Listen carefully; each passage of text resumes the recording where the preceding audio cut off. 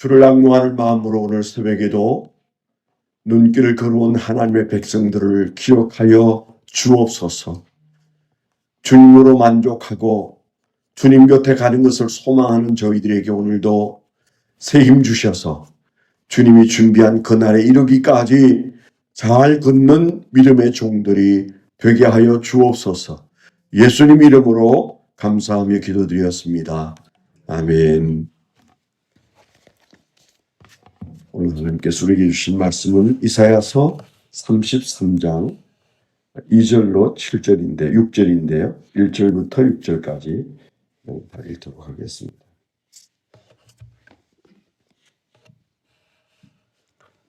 이사야서 33장 1005페이지 1절부터 6절까지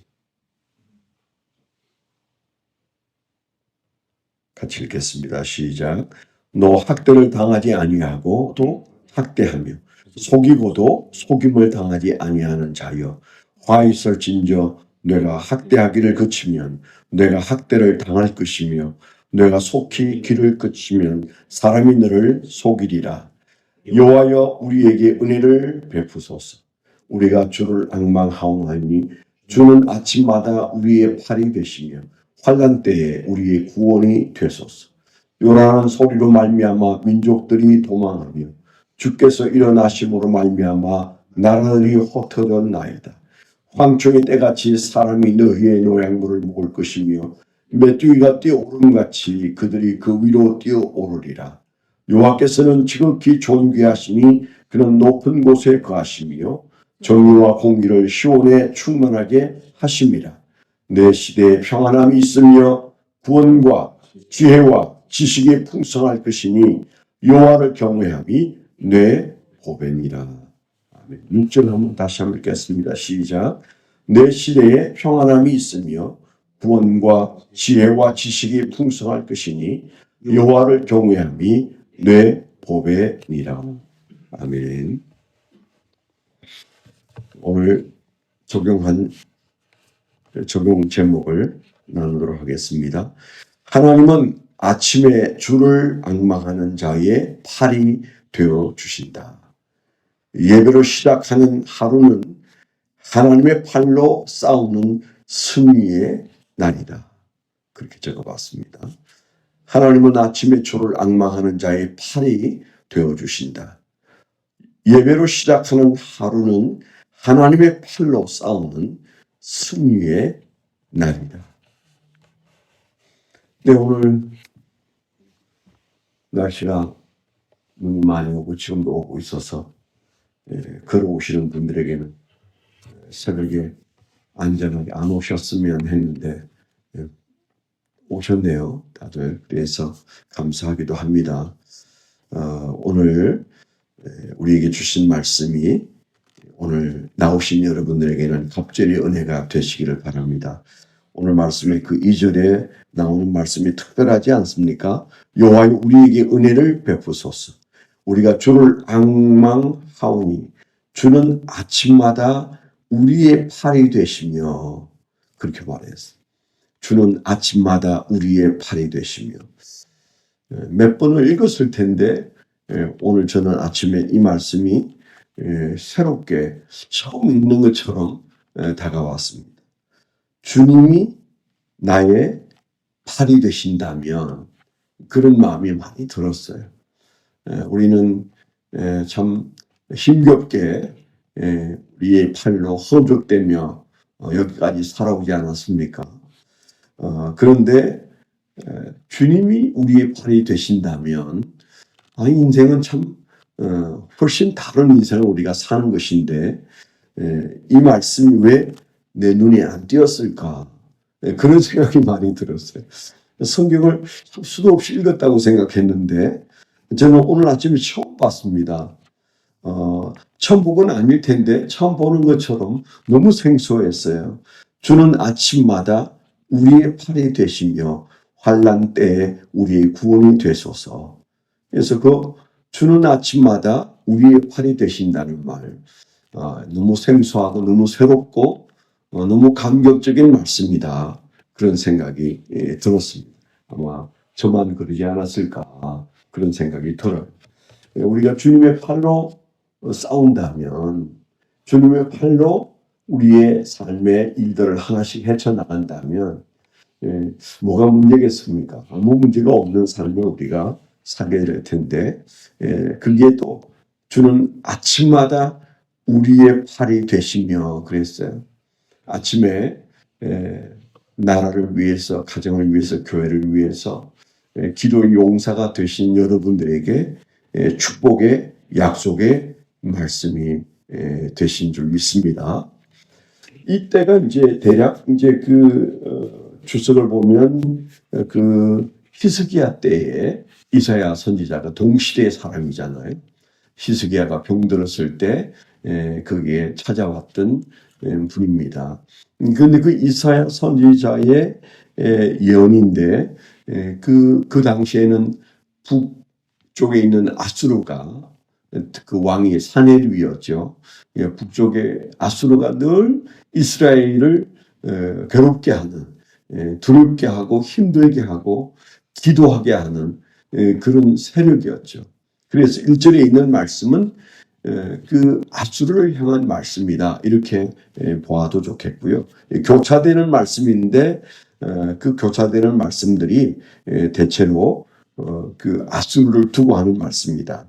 1절은 아수르고 2절은 유다 백성들이고 이스라엘이고 3절이 아수르고 뭐 그렇게 이제 보면 될 것 같습니다만은 여튼 그 아수르라는 나라가 이스라엘에게는 너무 큰 두려운 대상이었어요. 지금 우리에게 북한이 두려움의 대상이고 저 중국이 두려움의 대상인 것처럼 그때 그들은 수시로 군사를 이끌어서 쳐들어오니까 늘 그들이 고통의 대상이었습니다. 우리가 멀찍이서 보면 그들은 하나님이 그들의 경건을 위해서 세워놓은 적군이었어요. 어떤 의미에서 그들을 깨우기 위한 하나님의 도구였죠. 그래서 그 주변에 남쪽에는 이집트가 있고 북쪽에는 아수르가 있고 또 약간 동남쪽에는 그 바벨로니아가 있고 뭐 이러면서 사실은 사방을 우겨싼 상황들을 하나님께서 설정해 놓으셨다. 이렇게 보는 게 더 정확할 것 같습니다. 영적으로 보면. 왜 하나님이 그들을 거기에 세우셨는가? 그들을 깨우기 위한 보초였다. 이렇게 보면 정확할 텐데 그때 그들은 그렇게 보이지 않죠. 그냥 우리는 저들 때문에 힘든데 하나님은 어디 계시냐. 늘 그런 마음을 보통 사람들이 가지고 살았잖아요. 우리도 예수를 믿으면서 자칫하면 이렇게 삶이 고달픈데 하나님은 어디 계시지? 이런 마음이 들 수 있습니다. 이건 보통 신자의 특징이에요. 그냥 대강 예수 믿고 사는 사람들은 아이고 사는 게 너무 힘들다. 그런데 하나님은 왜 안 도와주시냐? 이게 이제 좀 멀찍이에서 하나님을 바라보는 신자죠. 그러나 정말 주님의 눈으로 세상을 보니까 우리가 먼 훗날에 보는 거지만은 먼 훗날에 그들의 삶을 말씀을 통해서 들여다보니까 그들을 깨우는 그 아수르가 이스라엘을 깨우는 보초였는데 하나님이 그들을 통하여 경각심을 일으켜서 하나님을 바라보도록 만들고 예배하도록 만드는 사람들이었는데 그들은 그냥 귀찮게는 적보다 하나님은 힘이 없으시나 보다. 하나님은 왜 우리를 안 도와주셔서 우리가 이렇게 고초를 당해야 하나. 뭐 그런 정도의 생각을 가지고 살았지 않았습니까? 우리가 먼 훗날에 그때 그들의 형편을 역사적으로 보면서도 우리가 깨닫지 못하면 어리석은 거죠. 그때 그렇게 역사하셨던 하나님의 그 인도하심이 오늘 우리는 달라졌을까요? 같다고 생각합니다. 그래서 우리 주변에 있는 모든 위험과 우리를 스트레스 받게 하고 힘들게 하고 눈물 나게 하는 모든 여건들은 1차적으로는 하나님이 세운 보초일 수 있다. 우리를 경건하게 하고 살아있는 신앙으로 살게 하시는 하나님의 도구일 수 있다. 우리가 이렇게 생각하고 맞닥뜨리려고 해야 되는 거죠. 그런 중에 오늘 말씀에 우리에게 큰 해답이 뭐예요? 그럴 때 우리는 어떻게 살아야 되는가? 주를 앙모해야 된다. 오늘 말씀에 여기 2절에 여호와여 우리에게 은혜를 베푸소서. 우리가 주를 앙망하오니, 오늘 우리가 불렀던 찬송도 주를 앙모하는 자 독수리처럼 우리가 날개치고 올라갈 수 있다고 말한 것처럼 주를 앙망하는 자, 주를 앙모하는 자, 그 주를 앙모하는 자가 사는 삶의 큰 축복이 뭐예요? 아침마다 우리의 팔이 되어주시는 하나님을 만나게 되는 거죠. 우리의 팔이 되시는 하나님, 우리의 팔이 되셔서 우리의 눈앞에 있는 모든 문제를 헤쳐나갈 수 있게 하시고 이기게 하시고 거꾸로 뜨리게 하시는 바로 그 넉넉한 팔이 우리의 하나님이시다. 이제 그런 믿음을 갖도록 인도하시는 말씀이죠. 우리가 이 말씀을 믿고 새벽마다 주님 앞에 힘차게 기쁘게 주님이 이 아침에도 나의 팔이 되어 주신다. 그런 믿음으로 주님을 바라보고 또 우리가 기도할 때 하나님께서 우리를 넉넉하게 만들어 주실 줄 믿습니다. 또한 우리를 치료하여 주실 줄 믿습니다. 특별히 6절에 보면 내 시대에 평안함이 있으며 구원과 지혜와 지식이 풍성할 것이니 여호와를 경외함이 내 법이니라 그랬잖아요. 그러니까 아까 우리가 앙망한다는 말과 같은 말이죠. 여호와를 앙모하는 자, 여호와를 앙망하는 자, 여호와를 경외하는 자. 우리가 같은 어떤 자세입니다. 그 여호와를 경외함이, 여호와를 앙모함이 우리의 보배다. 우리에게 진정한 보배는 하나님을 경외하는 것이다. 그 하나님을 경외할 때 우리에게는 반드시 이 시대의 평안과 함께 우리의 평안이 찾아와서 구원과 지혜와 지식이 풍성해진다. 그랬잖아요. 오늘 우리에게 주시는 약속의 말씀입니다. 우리가 여호와를 앙망하면 하나님은 우리의 팔이 되시고 그리고 그 하나님이 우리의 보배가 되셔서 우리의 삶에 평안함이 풍성해진다라는 믿음을 가지고 오늘도 살아가는 저와 여러분이 되시기를 축원합니다. 기도 제목 나누겠습니다. 나라를 위해서 여러분 기도해 주십시오. 감옥에서 성경 읽는 대통령이 하나님을 바로 만날 수 있도록 여러분 기도해 주시면 좋겠습니다. 그분이 그랬다고 그러지 않습니까? 김윤홍 목사님에게 가서 그분의 사인을 받은 성경을 감옥에 좀 들여달라 그랬다는 얘기를 우리가 듣습니다. 그래서 그분이 그 시편 33편인가요? 있는 말씀을 써서 보내어서 넘어져도 영 거꾸로 지지는 않는다. 이제 그런 글을 써서 보내드렸는데 아마 읽고 있지 않을까 그런 생각이 듭니다.